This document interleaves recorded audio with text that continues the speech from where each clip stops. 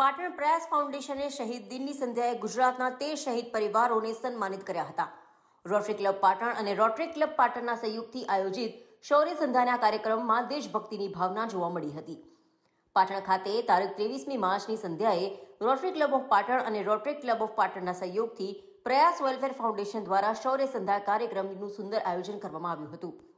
શહેરના પાંજરાપોળ ગ્રાઉન્ડ ખાતે યોજાયેલા કાર્યક્રમમાં ગુજરાતના 13 જેટલા દેશની રક્ષા કાજે શહીદ થયેલા વીર જવાનોના પરિવારોનું સન્માન કરી દરેક પરિવારને ₹1,11,111નું રોકડ પુરસ્કાર અને પાટણના જાણીતા બિલ્ડર બેબાભાઈ શેઠ દ્વારા વિશેષ મોમેન્ટો અર્પણ કરવામાં આવ્યા હતા. પ્રયાસ ફાઉન્ડેશન દ્વારા વર્ષ 2019થી શરૂ થયેલી શહીદોના પરિવારને આર્થિક રીતે મદદરૂપ બની તેમના પરિવારના અને દેશની રક્ષા કાજે શહીદી વોરનાર જવાનના બલિદાનનું ઋણ ચૂકવવાની આ પરંપરામાં અત્યાર સુધી કુલ 48 શહીદ પરિવારોને આર્થિક સહાય સાથે સન્માનિત કરવામાં આવ્યા હોવાનું આયોજકોએ જણાવ્યું હતું. શૌર્ય સંધ્યાના આ કાર્યક્રમ દરમિયાન શહેરની તપોવન શાળાના વિદ્યાર્થીઓએ તેમજ અન્ય સંસ્થા દ્વારા દેશભક્તિના સાંસ્કૃતિક કાર્યક્રમો રજૂ કર્યા હતા.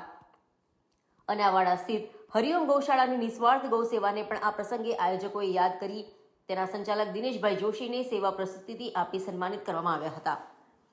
પાટણની સિદ્ધિવિનાયક હોસ્પિટલના ડોક્ટર આદિત્ય પટેલ દ્વારા સમગ્ર ગુજરાતના શહીદ પરિવારજનો માટે નિદાનથી લઈ ઓપરેશન સુધીની તમામ સારવાર પોતાની હોસ્પિટલમાં નિઃશુલ્ક આપવામાં આવશે તેવો સંકલ્પ વ્યક્ત કરવામાં આવ્યો હતો.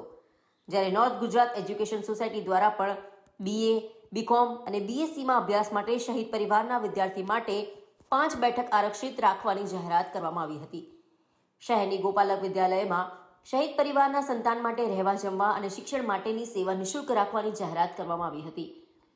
ડાયનેમિક ફાઉન્ડેશનના CEMD દ્વારા તેમના ફાઉન્ડેશનમાં શહીદ પરિવારના સંતાનો માટે લાયકાત અનુસાર 2% નોકરીની જગ્યા આરક્ષિત રાખવા અને શહેરની BD સાર્વજનિક વિદ્યાલય દ્વારા શહીદ પરિવારના વિદ્યાર્થીઓને નર્સરીથી લઈ કોલેજ સુધીનો અભ્યાસ નિઃશુલ્ક આપવા માટેની ઘોષણા કરવામાં આવી હતી.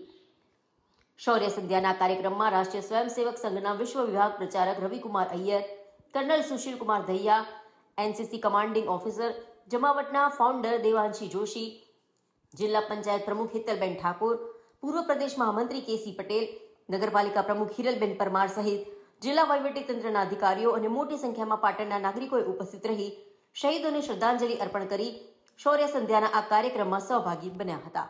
તો આપણે જે મા ભારતી છે એ સિંહસ્થ આશિક છે અને પોતે જ શૌર્યનું પ્રતીક છે.